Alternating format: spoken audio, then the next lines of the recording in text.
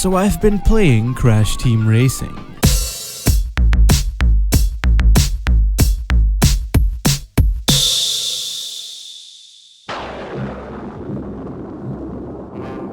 Sir, what are we going to do? What do you mean, what are we going to do? Well, we've currently made the same game 3 times in a row. We'd really like to make something different now. Something new. Something no one has ever done before. We want to make a kart racing game. For fuck's sake. The story of Crash Team Racing tells the tale of an evil alien who goes by the name of Nitrous Oxide. He wants to challenge the inhabitants of Earth to a race to see if they are worthy. And if they lose, proving that they aren't, he'll turn the entire planet into one big, giant parking lot. Implying that that isn't what it totally already is. And naturally, it's up to the Australian wildlife and a cartoony Josef Mengele to save the day. Now, with this being a race to save the world, one obviously doesn't have a whole lot of time to think shit through amidst all of the panic. So what they did was pretty much just straight up lift the entire gameplay structure from Diddy Kong Racing, which is a game I never played, so luckily the comparisons stop there. But yeah, this is one of them kart racers with a hub world, boss fights / races, and a bunch of collectible unlockables. When the game starts, you can pick from one of the 8 zany characters from the Crash universe and then proceed to drive car. The way the driving of said car is structured is by having to acquire keys by beating bosses in order to open doors to new hub worlds, but before you're allowed to race the boss, you need to win all of the available races within their respective hub world. Rinse and repeat until the final showdown with Nitrous, and then the credits happen.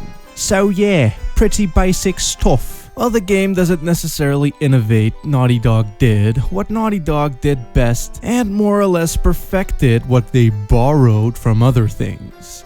Other things being Diddy Kong Racing. For as far as kart racers went at the time though, this game really seems to pin the tail on the donkey whilst also hitting the hammer on the head. Yes.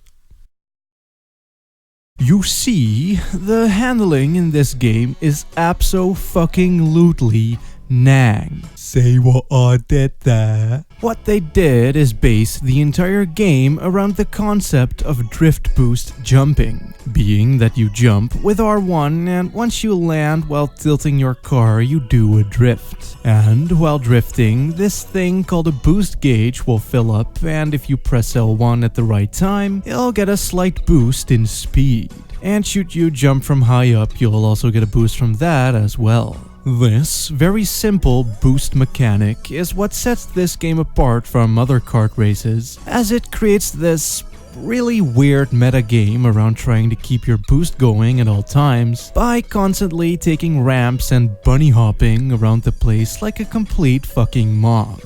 It's pretty great. In a way though, I can kinda see this detracting from the actual racing just a tad, as when you get good at it, like I kinda have done over the years, you'll be less concerned with the actual race itself and more so with the whole boost thing. However, in an unsuspected turn of events, the AI is actually very capable and will most certainly keep up.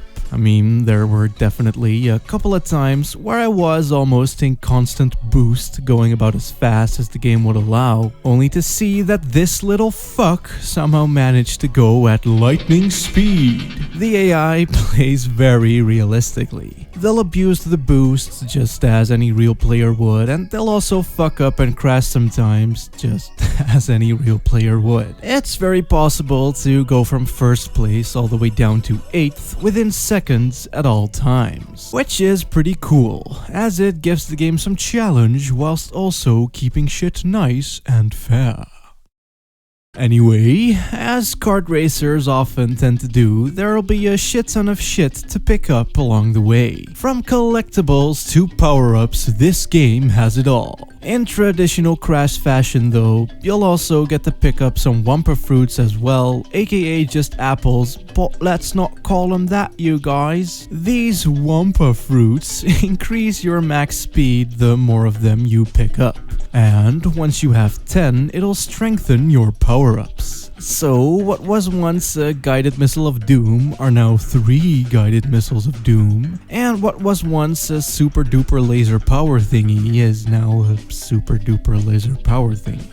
It's stuff like this that turns what is essentially a simple fun little party game into something that's actually almost sort of kind of deep.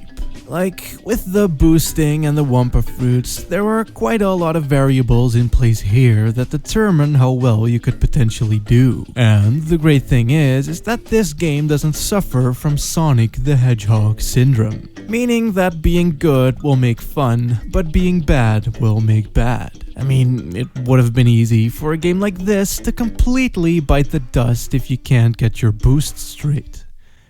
Boosts? Oh, that's hard to say. The action falling flat completely, laying bare all of the minor issues with the magnifying glass of judgment. But it doesn't really do that. The levels are just so incredibly well designed around the entire concept of boosting that there's always something there to give you a leg up.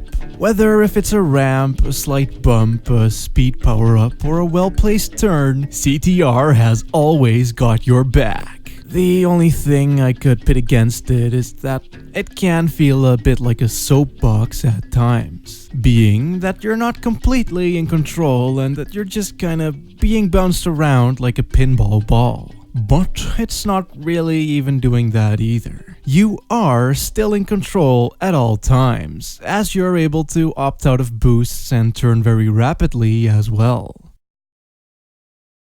Something what I do find a bit lacking though are the bosses. Not that they're particularly badly designed or poorly programmed or anything like that, but more so just the actual concept.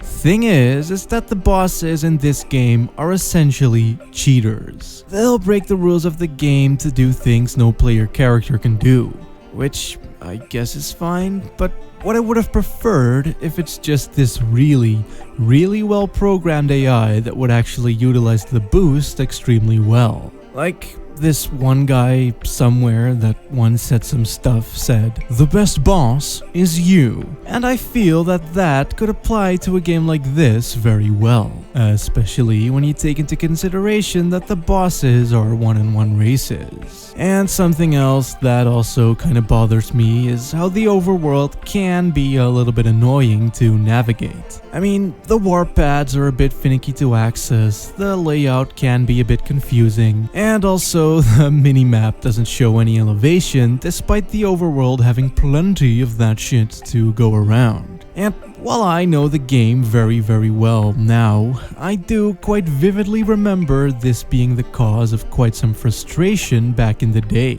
It's not a huge detriment in any way, shape or form, but considering how incredibly well designed the game is overall, this mild blemish does kinda stick out like a sore thumb growing out of your left testicle. That and the whole thing where Naughty Dog seemed to be leaning towards character development in the third game is completely gone as well. You'd think that with a game like this, which has all of the series characters in it, they'd actually utilize them quite substantially. But instead, literally the only thing that they do is spur trivia and or tutorial bits in your general direction and nothing else. I get why this is, but it's quite a shame all things considered. Anyway, despite all of that, Crash Team Racing is a game that is damn close to being perfect. Perfect in this case being defined as doing what it set out to do as well as it possibly could have. Of course, not everyone is going to agree on everything or even like the game at all. I think that the boost mechanic is almost great in every single way, but if you just want Mario Kart, then this is not that. So, in that way, I guess it kind of fails at being a very traditional kart racer. whatever that means. But it is the only older kart racer I could see myself recommending. The older Mario Karts have been mostly improved with every new iteration, some exceptions here and there of course, based on preference, blah blah blah blah blah. But CTR never really got that. And it really is the only game doing exactly what it's doing. Therefore, still holding up very fucking well in its own weird little way. There are plenty of videos of people telling you why they think that this game is great, but most of those videos don't go much further than nostalgia. And while I don't think that there's necessarily anything wrong with that, I really felt it somewhat important to express just how much of a mad cunt this game actually is. If not with my words, then at least I hope that the footage of me jumping around like a complete monk conveys this to some degree. It's really one of the most high-octane racing racers I've ever played, despite not actually being all that fast. To me, the fact that through various boosting mechanics, you're able to essentially create your own speeds just works really fucking well. The game could have easily been a generic cash-in piece of shit, and while it in some ways totally is, it's just so much more than that mechanically. And also, it has some super duper advanced jiggle physics.